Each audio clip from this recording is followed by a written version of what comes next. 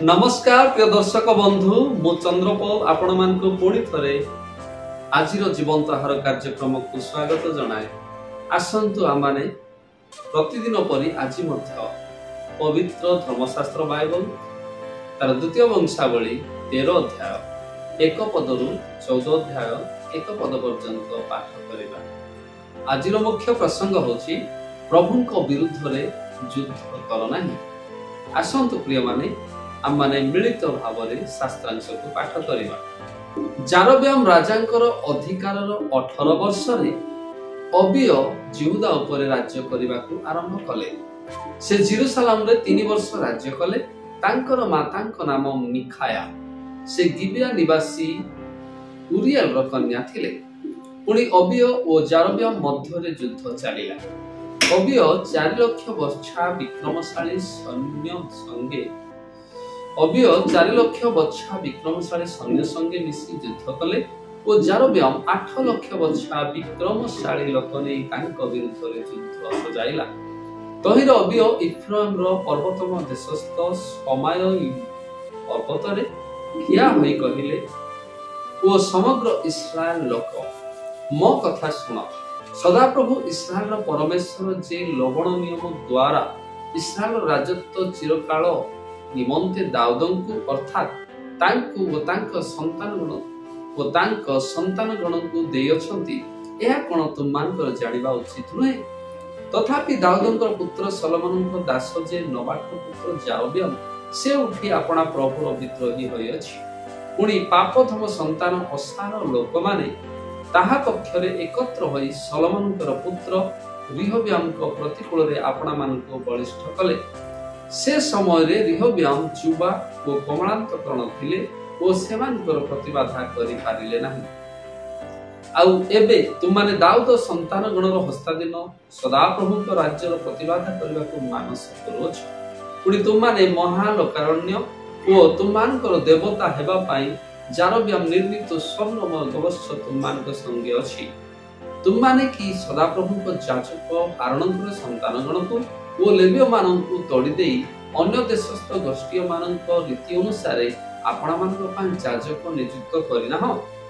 एणु जे केही आपणार पद निजगार्थे एक गवस्त्र ओ 7 मेष नै आसे से एही अनिश्वर माननकर जाजक होई पारे। मात्र सदाप्रभु आम्हानकर परमेश्वर अटंती ओ आम्भे माने ताहांको परित्याग करिना हो। पुणी सदाप्रभुଙ୍କ परिचर्याकारी हारण संतान गण आम्हानकर जाजक अछंती ओ लेविय माने आपणा आपणा कार्य रे नियुक्त अछंती। से माने प्रति प्रभात रे ओ प्रति संध्यारे सदाप्रभुଙ୍କ उद्देश्य रे होम बलि ओ सुगंधि धूप दग्ध करूछंती।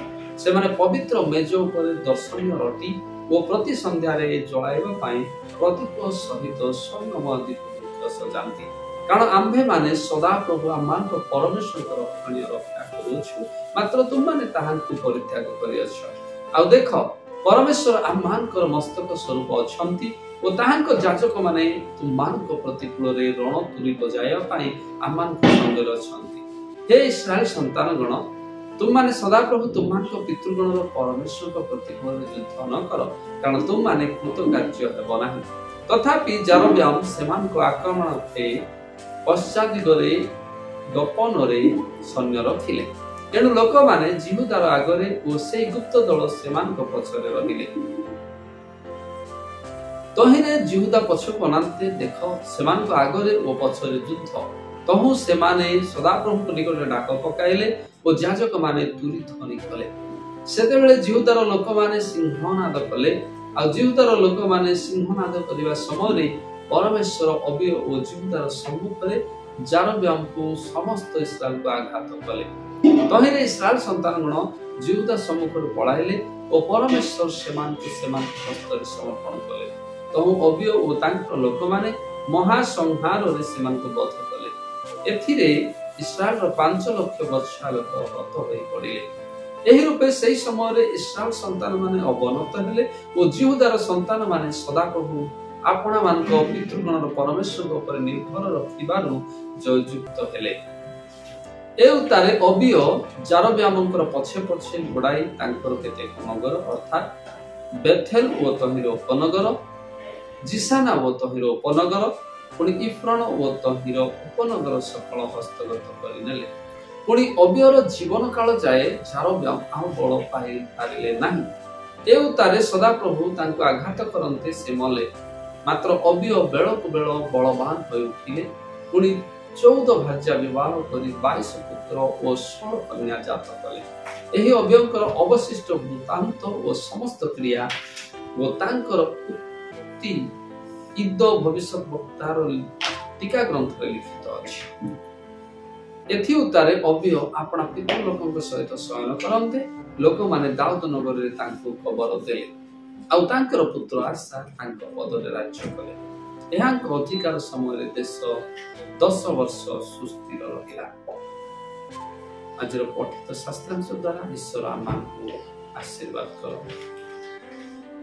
आसंतु प्रिय माने आमाने पठित शास्त्रांश को बुझिबा निमंते चेष्टा करिबा जिहुदार राजा भावरे अबियर राजत्व समय रे तांकर 4 लाख सैन्य बाहिनी जारब्यामक 8 लाख सैन्य बाहिनी बहुत बड़ सामरिक बाहिनी सम्मुखीन होइथिले अबिय जारब्यामक सैन्य बाहिनी को मने पकाई देइथिले जे परमेश्वर दाऊदक सहित एक अनंतकालीन चुक्ति करथिले एवं से तांकु एवं इस्राएल माननकु विद्रोह एवं अनैतिकतार अभियोग करथिले एही समय रे जेतेबेले जारब्यामक सैन्य बाहिनी जिहुदार सैन्य बाहिनी को घेरिबाक चेष्टा करुथिले परमेश्वर हस्तक्षेप करथिले कारण जिहुदा तांको ऊपर भरोसा रखिथिला परमेश्वर सेमानकु विजय प्रदान करथिले फलस्वरूप अबिय इस्राएल अनेक अंचल जय कले जारब्याम शीघ्र मृत्युवरण कले जेतेबेले अबिय शक्तिशाली होई गले एवं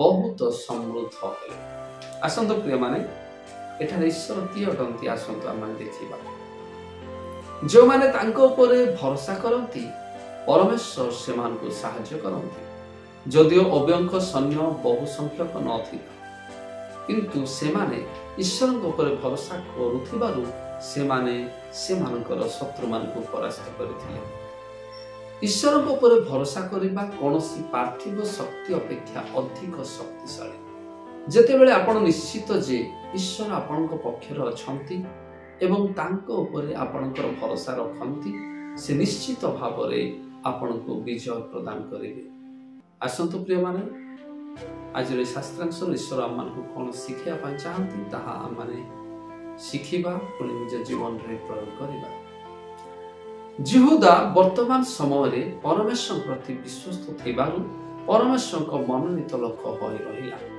जेपरि अबिय कहिथिले परमेश्वर को लोक बोली कुहा जिबा केवल अतीत चुक्ति विषय रे नुहे बरं लोकंक निरंतर विश्वस्तता माध्यम रे प्रदर्शन करबा को पड़िथिला आज प्रकृत ख्रिस्टियन माननकु वाक्य रे मूल विश्वास एवं जीवन शैली बंचिबा को मध्य आह्वान करा जायछि एहा को प्रत्येक ख्रिस्टियन ध्यान देवा निहाती जरूरी अटे ईश्वर आमान को आजिर ध्यान द्वारा प्रचुर मात्रा रे आशीर्वाद करंतु आसंतु प्रिय माने हम माने प्रार्थना करिबा ओ वाक्य को निज जीवन रे प्रयोग